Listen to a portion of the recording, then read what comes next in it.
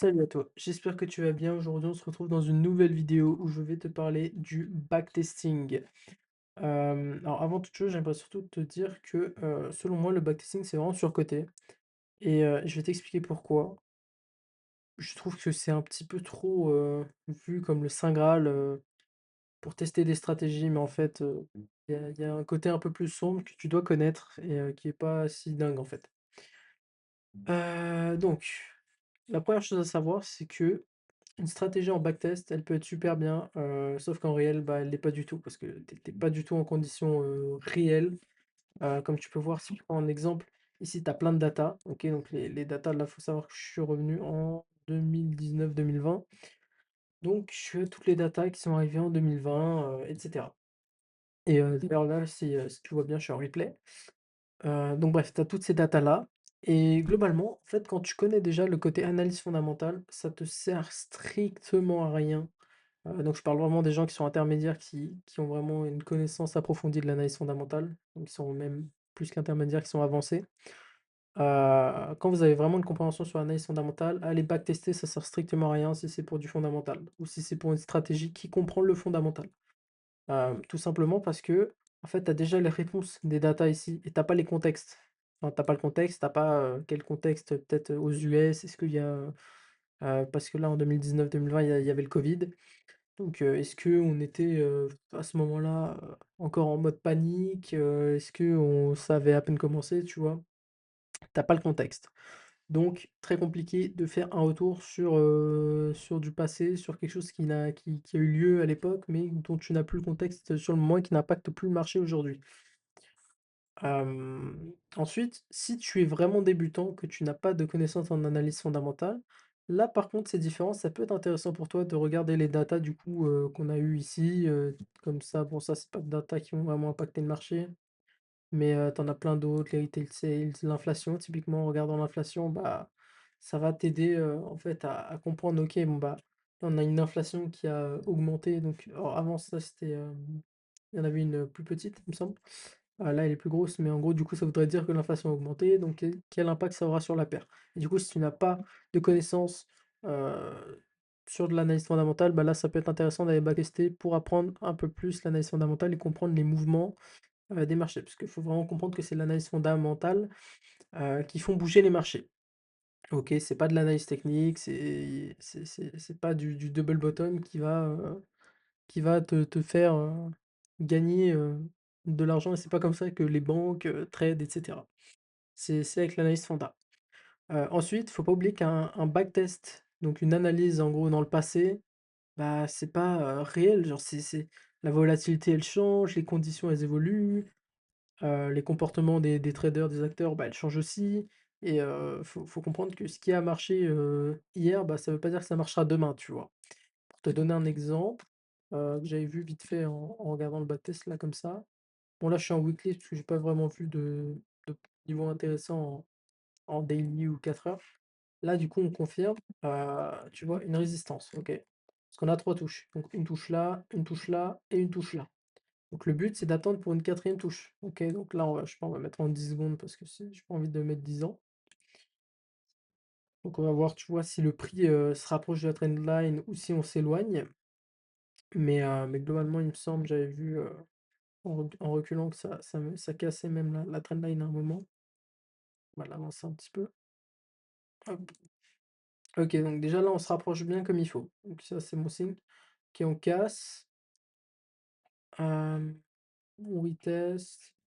Ah bon, on reteste et globalement, j'imagine qu'après on rejette, hein, ça c'est purement analyse technique. OK, voilà. Donc là, on a à peu près un rejet. Après, je sais pas si ça va là ou là, on s'en fout, c'est pas le sujet. Le truc, ce que je voulais te parler, c'est que là, typiquement, on a une résistance, on break, on reteste et ensuite on repart, OK? Donc ça, c'est de l'analyse technique basique. Donc tu vas tester ça, tu vas dire: «Waouh, c'est trop bien» et cetera, dès que je serai en marché réel, bon, bah, je vais faire la même chose et globalement, je devrais devenir multimillionnaire en 2 mois, si tout se passe bien. Sauf que ça marche pas comme ça.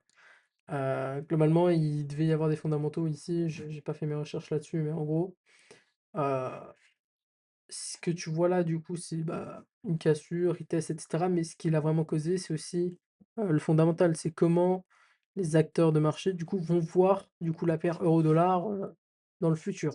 Après, encore une fois, c'est un peu compliqué parce que là, c'est en weekly. Si tu vas en H4, c'est pas la même gueule. Tu vois les tendances haussières, des sortes de head and shoulders, c'est pas pareil, tu vois? Pareil, là, on voit, genre, du range, là, on voit que ça redescend, ça remonte. C'est pas, giga propre, OK? Après, si tu vas en 1 heure, peut-être que tu vois mieux, quelque chose de plus intéressant. Tu vois, je sais pas, une sorte de c'est pas vraiment un double top. Mais je sais pas, on va dire que là, tu vois ça, ici, on n'a pas vraiment de test, mais tu vas peut-être tester, du coup, des fibos, des trucs. En fait, ce que je veux, surtout te faire comprendre, donc peut-être plus là. Ce que je veux te faire comprendre, c'est qu'en gros, ce qui se passe dans le passé, donc comme tu as pu voir la cassure, de la trendline, puis en fait un retest et une impulsion. Ça veut pas dire que ça va marcher en fait en réel. Ça veut pas dire que si tu prends un vrai trade dans les mêmes conditions, bah, ça aura le même, résultat, tu vois? Ça marche pas comme ça, il y a vraiment des fondamentaux, il y a de l'expérience, à avoir, en fait. Faut aussi comprendre, bah, encore une fois que le marché il bouge. Typiquement ici, on était à des poids immensément hauts à 1,60 pour l'euro, sauf que, bah, faut pas oublier, on était en 2008 quoi. Enfin, il y a une grosse différence entre 2008 et 2026, tu vois? Et donc ça, il faut vraiment le prendre en compte et c'est pour ça déjà que le backtest, bah, il est pas, je trouve déjà il est pas très, intéressant sur ce point-là.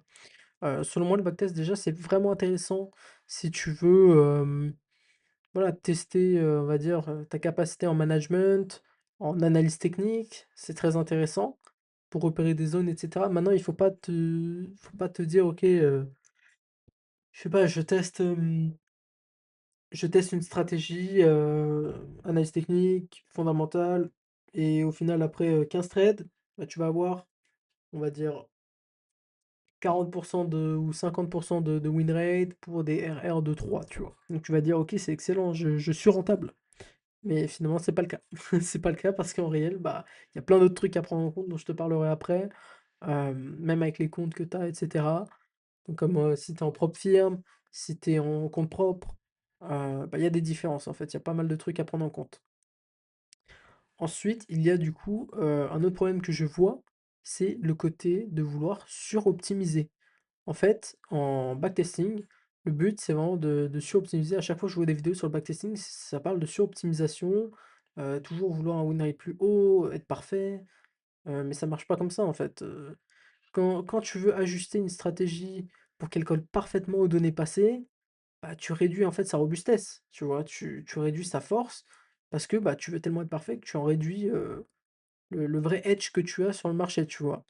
Et une phrase que j'avais notée, c'est: «Une courbe trop propre est rarement un signe de solidité», d'accord? C'est souvent un signe d'adaptation au bruit. Et en fait, il y a un autre point du coup qui vient s'ajouter à ce que je viens de te dire par rapport à la suroptimisation, c'est l'échantillon, la taille d'échantillon. C'est-à-dire que quand tu backtestes, si tu prends, quelques dizaines de trades, ou même quelques centaines de trades, bah, faut comprendre que ça suffit pas toujours en fait pour distinguer si tu as un avantage réel sur le marché. Donc si tu prends, 100 trades, bah, OK, mais est-ce que ça aura le même, win rate RR sur 1000 trades, tu vois? Est-ce que tu auras le même résultat? Évidemment que non, parce que c'est pas pareil, il y a les conditions qui changent, il y a tout qui change, heu, à quelle, fréquence tu vas prendre des trades, pour quelles raisons tu vas prendre des trades et voilà, donc faut vraiment comprendre que, bah, en fait, une série chanceuse, donc je sais pas, de centaines de trades, tu as eu, imaginons, beaucoup de chance, tu vois? Tu es quelqu'un de très chanceux, bah, ça peut ressembler à un avantage, mais ça l'est pas forcément, ou du moins pas toujours. C'est pas parce que quelqu'un a une stratégie qui fonctionne super bien en backtest ou en réel, bah, que pour toi elle va fonctionner. Ça, c'est super important, c'est-à-dire qu'un trader rentable peut te filer sa stratégie. Si toi tu la répliques en réel, bah, tu auras pas les mêmes résultats que le trader qui a plus d'expérience et qui est vraiment rentable. OK? Enfin, faut pas oublier aussi que le marché réel introduit des éléments que le backtest il reflète jamais parfaitement, OK? Donc c'est là où j'en parlais par rapport aux propres firmes, les comptes et cetera. Tu as le slippage, tu as le spread variable, tu as, l'exécution imparfaite, les conditions imprévisibles, comme on a pu voir, bah, assez récemment, tu vois, avec les tarifs de Trump.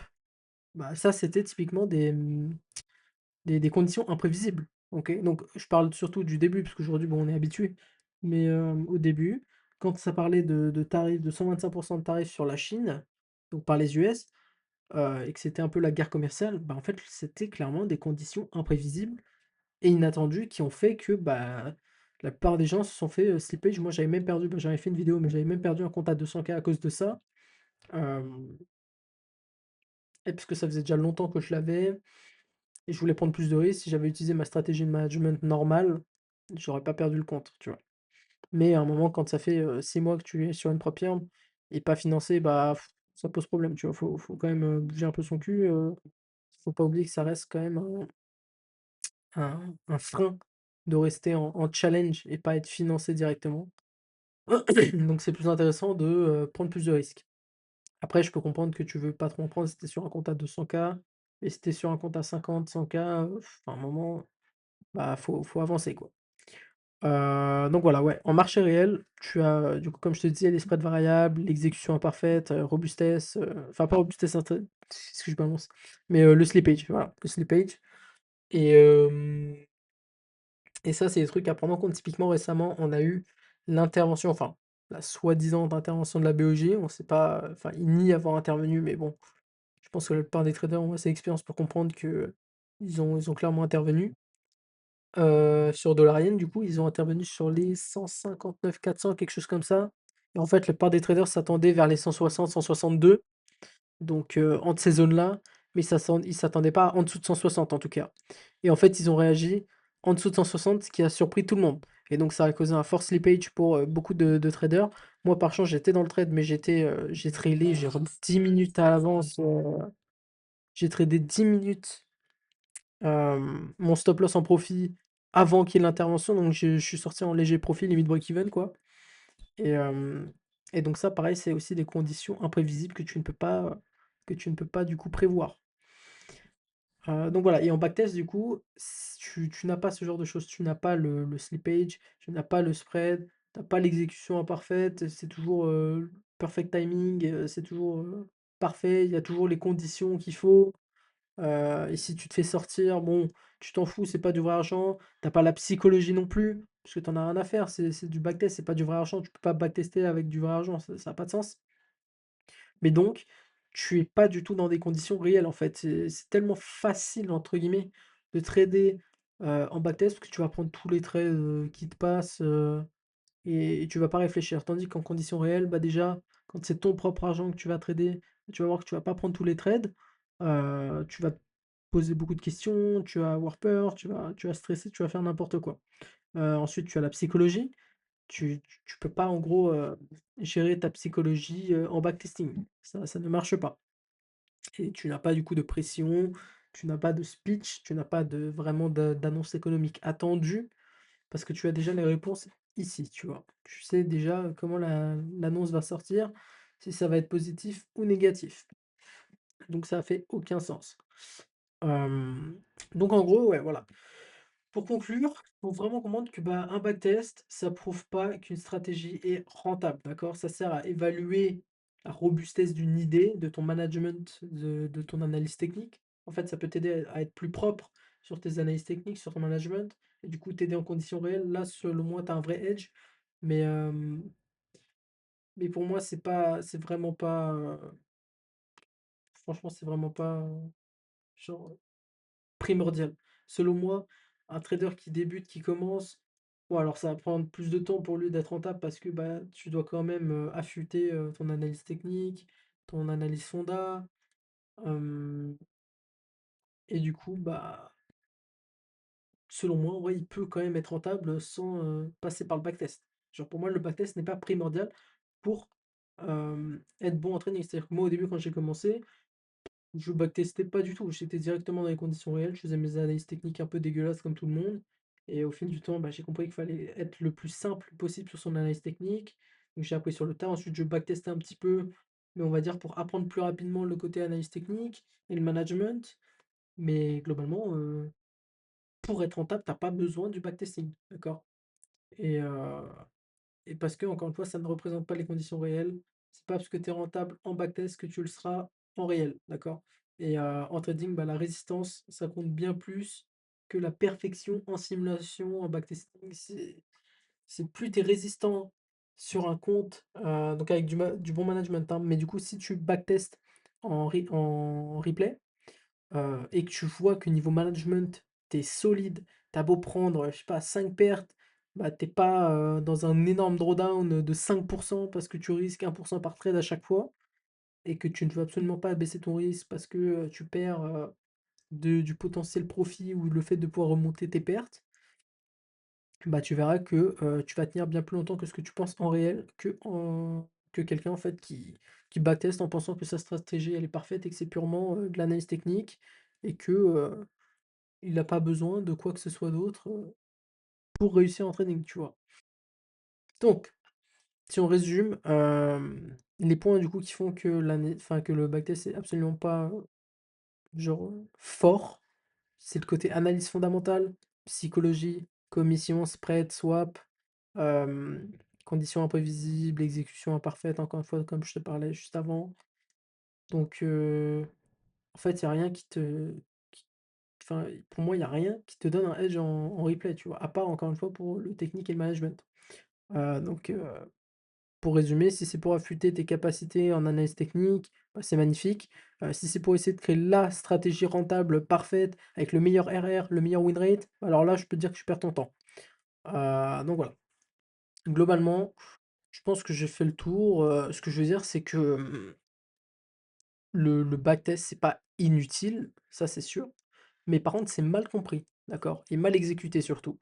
Parce qu'encore une fois, bah, tu auras jamais les conditions réelles en backtestant et si c'était aussi facile, bah, ça se saurait. Donc voilà, je pense avoir fait le tour. J'espère que cette vidéo t'a plu et si elle t'a plu, bah, n'hésite pas à me le faire savoir dans les commentaires et n'hésite pas à me donner ton avis, pardon, dans les commentaires sur le backtesting. Est-ce que toi tu l'utilises, fréquemment et est-ce que, bah, ça t'a servi à devenir, rentable sur le marché ou non? Voilà, je te souhaite une bonne journée et je te dis à la prochaine.